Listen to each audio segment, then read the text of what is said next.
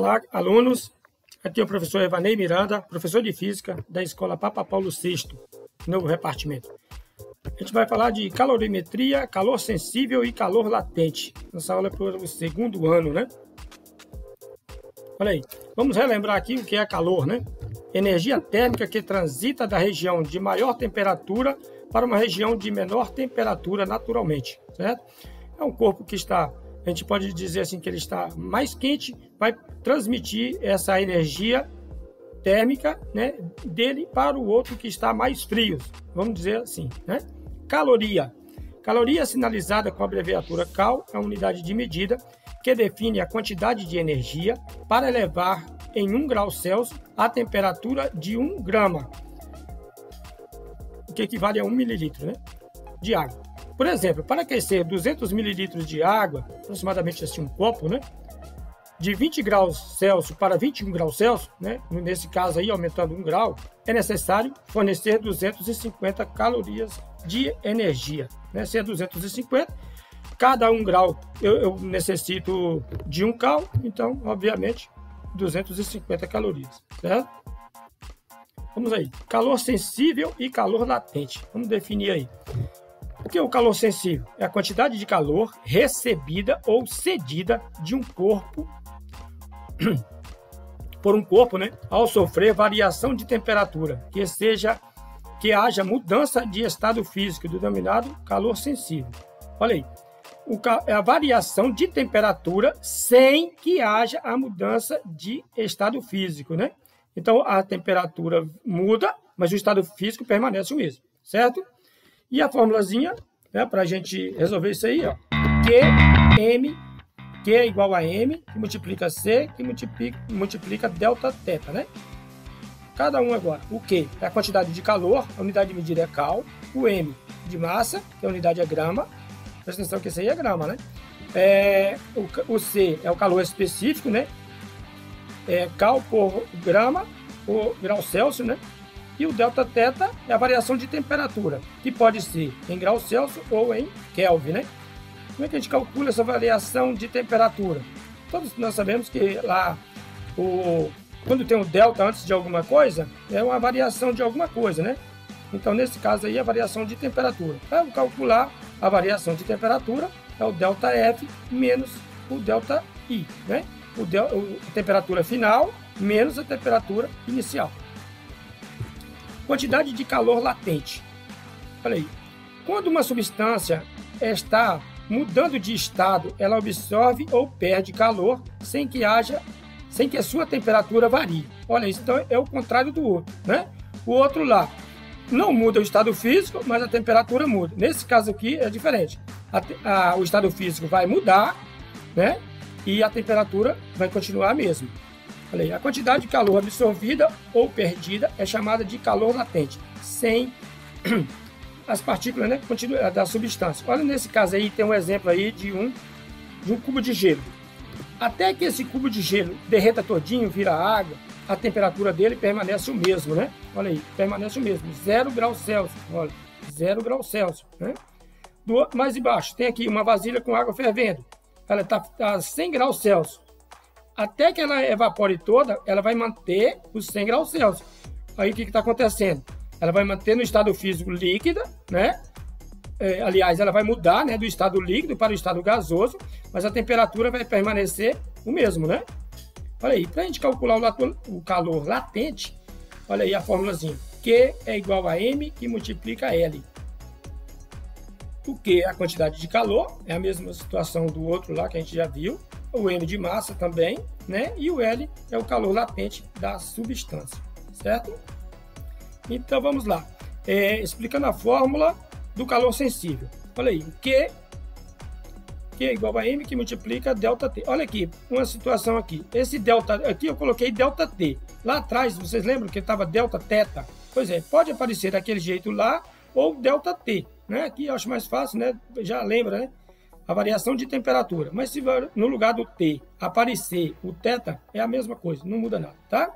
E esse Q pode ser positivo ou negativo, depende da situação. Olha, o calor, quando ele é positivo, quando o corpo recebe calor, ele é positivo.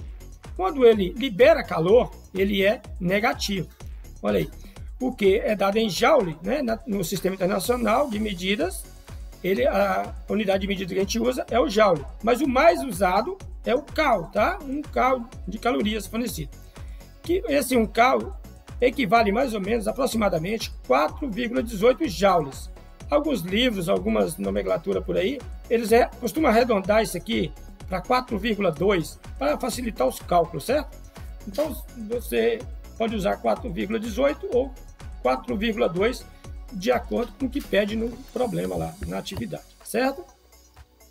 Agora aqui, a situação que o que pode ser negativo ou pode ser positivo. Quando um corpo, nesse caso aqui, esse corpo aqui está a 100 graus Celsius, né? Então ele está, vamos colocar assim, mais quente que o outro, né? Olha, ele está 100 graus e o outro só está 20. Aí o que acontece? O corpo de maior temperatura vai transmitir o calor para o outro de menor temperatura. E quando ele cede calor, o que acontece? Quando ele cede, ele fica negativo. Está diminuindo a sua temperatura, né? Olha aí. Então ele está cedendo, ele vai ficar negativo. E o outro que está recebendo, né? Está aumentando a sua temperatura, então ele vai ficar positivo. Positivo? Entenderam, né? Então vamos lá. Olha aí. A variação de temperatura. O ΔT é variação de temperatura. Ela também pode ser positivo e negativo. Variação de temperatura, né? Aqui o sinalzinho positivo, quando ele está aumentando. Então, quem é que está aumentando? É quem está recebendo. Quando ele está recebendo, ele está aumentando a temperatura, então é positivo. Quando ele está diminuindo a temperatura, ele está cedendo calor, ele está diminuindo, então sinal negativo, certo? Então aqui, ó. O que mais é igual a temperatura, variação de temperatura mais positivo. O que é negativo variação de temperatura negativo, certo? Olha aí, massa o M de massa, né? Quando eu quero calcular de um material, aí vamos supor que esse material A, aí eu uso o que A é igual a MA e multiplico o C e multiplico o ΔT, né? De A. Então, para cada objeto que eu vou usar os dados daquele material, daquela substância que eu estou querendo calcular, certo? Essa formulazinha aqui desse calor aqui, calor sensível, né? A gente usa, tem muita gente que usa para lembrar assim, né? Como é que é a fórmula, aí coloca um apelido nela, né? Olha aí, que macete, QMC ΔT, que macete, né? Isso é só para a gente gravar, memorizar melhor, né? Então vocês lembram disso aí, né? Do que macete para usar a fórmula do calor sensível, né? Vamos aqui, calor específico. O que é o calor específico? A quantidade de calor de 1 grama de cada grama de substância precisa para elevar a sua temperatura em 1 grau Celsius. Então, por que chama calor específico? Porque é específico de cada material, certo? Da água tem um valor, do gelo tem outro valor, da areia tem um valor, do aço tem um valor. Então, cada um tem um valor específico para você mudar essa temperatura, de elevar essa temperatura de 1 grau Celsius, né? Em cada grama desse material. Olha aqui, da água. O calor específico é 1 cal, né? Do gelo, 0,5. Da areia, 0,20. Do aço, 0,10. Então, vamos prestar atenção aqui. O que quer dizer esses números? Porque para eu elevar a temperatura desse material em 1 grau Celsius, eu preciso de fornecer 1 cal de calorias. Do gelo, só a metade, né? E olha aí, então quer dizer o quê? Que esse material vai aumentar a temperatura com mais facilidade, porque eu só preciso nesse caso aqui, em relação ao aço e a água, é 1/10, né? É a 10ª parte aqui, ó. Então, o aço, ele vai assim, ganhar a temperatura mais rápido do que a água, certo? No caso do gelo, da areia também, né? Olha aqui da areia. Olha, é 5 vezes menos, né, do que o da água. Então, a areia, ela vai aumentar a temperatura muito mais rápido do que a água, né? Então, vamos lembrando aqui, né, os estados físicos, né, da água, né? Olha aí, quando eu falo em solidificação, tá fácil, né? Solidificação quer dizer que ela está ficando sólida, né? De líquido para sólido. Fusão, o contrário, né? De sólido para líquido. Opa, voltando aqui. Opa. Olha lá. Vaporização de líquido para gasoso. Liquefação, o contrário, de gasoso para líquido, né? E por último aqui, a sublimação. E a sublimação? Sublimação é do estado sólido para o estado gasoso. Certo aí? Então vamos lá. Vamos entender aqui que a gente viu nos slides anteriores. O diagrama da mudança de temperatura. Olha aí. Nesse caso aqui, tem aqui o eixo, né, da temperatura e aqui o eixo do calor, né, da quantidade de calor. Olha, vamos supor que aqui esteja uma substância, um cubo de gelo, está aqui. E vamos supor que ele esteja aqui a menos 10 graus, menos 10 graus Celsius aqui.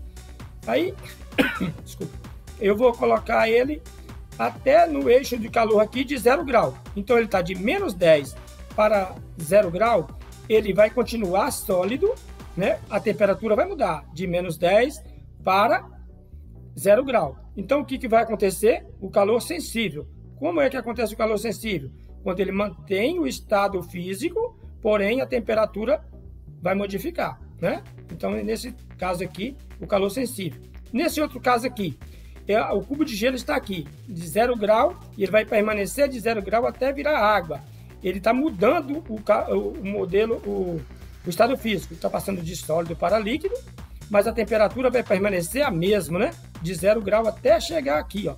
Então ele vai passar de sólido para líquido. Até que o cubo de gelo derreta todinho, ele vai permanecer a mesma temperatura. Aí quem está atuando? O calor latente. Mudança de estado físico e a temperatura permanece o mesmo, certo? E a fórmulazinha é essa aí, né? Quando a água está aqui e eu quero... vou aumentar a temperatura dessa água, né? Olha aí, ela está aqui de 0 grau, eu vou passar ela até 100 graus. Olha aí, vai aumentar a temperatura, mas essa água vai permanecer no estado líquido. Então, o estado físico permanece o mesmo, porém a temperatura aumenta. Aí está atuando o quê? O calor sensível, né? O calor sensível. E a fórmula aí. Tá. Olha aqui. Quando ela está 100 graus aqui, ela começa a evaporar. Aí ela tá mudando do estado físico. Olha, aqui ela vai permanecer de 100 graus, né? Ela vai permanecer de 100 graus, a temperatura, porém, ela vai mudar de quê? Do estado líquido para o estado gasoso. Aí atuando o calor latente, certo? E aqui, vamos aqui do calor sensível. Do outro aqui, né? A água, ela vai evaporar todinha, né? Vai permanecer o estado gasoso, né? Porém, a temperatura vai aumentar, certo? Então, vou fazer um exercício aqui para ver se a gente entendeu como é que é a situação. Olha aí, o exercício pede assim: observe o gráfico para responder usando as fórmulas. Aí, a fórmula do calor sensível, né? Do calor específico, né? Olha aqui, vamos aqui. Calor específico na fase líquida. Olha aí. E a outra pergunta é calor latente de fusão. Vamos prestar atenção aí, que a gente viu lá agora há pouco, né? Olha aqui. A gente vai usar essa primeira fórmula para resolver a primeira pergunta, né? O calor específico, olha aí, do Q macete que eu falei para vocês lá, né? Olha aí, qual é o valor do Q? O valor do Q está falando na forma líquida. Então vamos olhar aqui no gráfico. A forma líquida está onde? Olha aqui, o líquido, né? Está de 600 para 1000. De 600 para 1000, qual que é a diferença de 600 para 1000? É de 400. Então, a quantidade de calor é 400. Né? A quantidade de calor. Olha aqui, a quantidade de calor. 400. Eu coloquei aqui. O M. Olha aí, qual é a massa? Massa, 100 gramas. O problema já deu também. Tá. O C é o que a gente está procurando, né? E o delta teta. Delta teta é o quê? A diferença de temperatura. A variação de temperatura. Olha aqui. Vamos aqui no eixo da temperatura. Ele estava quanto? Ele estava de 40 graus. E foi para quanto? 80. Qual que é a diferença de 40 para 80? 40 graus. Então, a variação foi 40 graus. Agora é só fazer os cálculos, né? Então, vamos aqui, cortando zero aqui, cortou aqui. Aí ficou o quê? 4 sobre 40. Né? 4 dividido para 40, que é igual a 0,1 calorias por grama. Então, o calor... desculpa. O calor específico, a gente já encontrou. Vamos procurar agora o calor latente, né? Calor latente de fusão. Vamos lá. Então, vamos procurar aqui, ó. Se é difusão, a gente sabe que é do estado sólido para o estado líquido, né? Então, vamos olhar no gráfico, consequentemente, ou coincidentemente, né? É de 200 para 600, né? De 200 para 600, qual que é a quantidade de calor? 400 também, né? Você está em 200, para chegar em 600, falta 400 unidades, né? Então, vamos lá. O valor do Q é 400, o M é a massa, é a mesma, né? E o calor latente é o que a gente está procurando. Então, é só fazer a continha aqui, né? 4 dividido para 1, é 4 mesmo. Pronto. Muita facilidade, né? Vamos aí, outro probleminha aqui. Um corpo de massa de 50 gramas recebe 300 calorias e a sua temperatura sobe de 10 graus Celsius para 30 graus Celsius. Determine o calor específico da substância que constitui. Muito fácil isso aí, né? Todos os dados, você sabe a fórmulazinha, né? Do que macete. Aí fica fácil, né? Então vamos aqui tirar os dados. A variação de temperatura foi de quanto? Ele variou de 10 para 30, né? Então 30 é a temperatura final menos a temperatura inicial. 30 menos 10, 20. Massa, 50 gramas. Ok. A quantidade de calor, olha lá, recebe 300 calorias. 300 calorias. Pronto. E o C é o que está procurando. Vamos jogar na fórmula, aí fica fácil, né? Olha aí, 300, né? Que é a quantidade de calor, a massa vezes a diferença de temperatura, né? A variação. Então, 300 dividido para, nesse caso aqui, dá 1000, né? Dá 0,3, né? Muito fácil isso aí, né? Como dizia um amigo meu, mamão com açúcar, né? Vamos o segundo probleminha aí. Qual a quantidade de calor que deve ser retirado de 100 gramas de prata que está a 961 graus Celsius, temperatura de fusão da prata, né? Para que ela solidifique completamente. Olha aí, a gente vai calcular agora o calor sensível, né?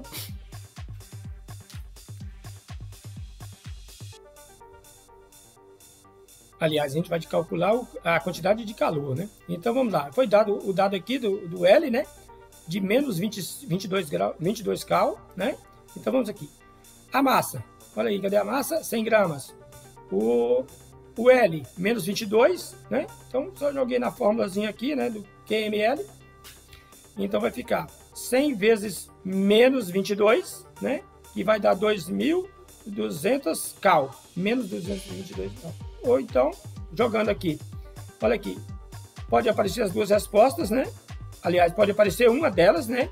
Aí você calcula, deu isso aqui. Mas aí a resposta não tem. Tem essa outra aqui. Aí lembrazinho do K, esse Kzinho aqui.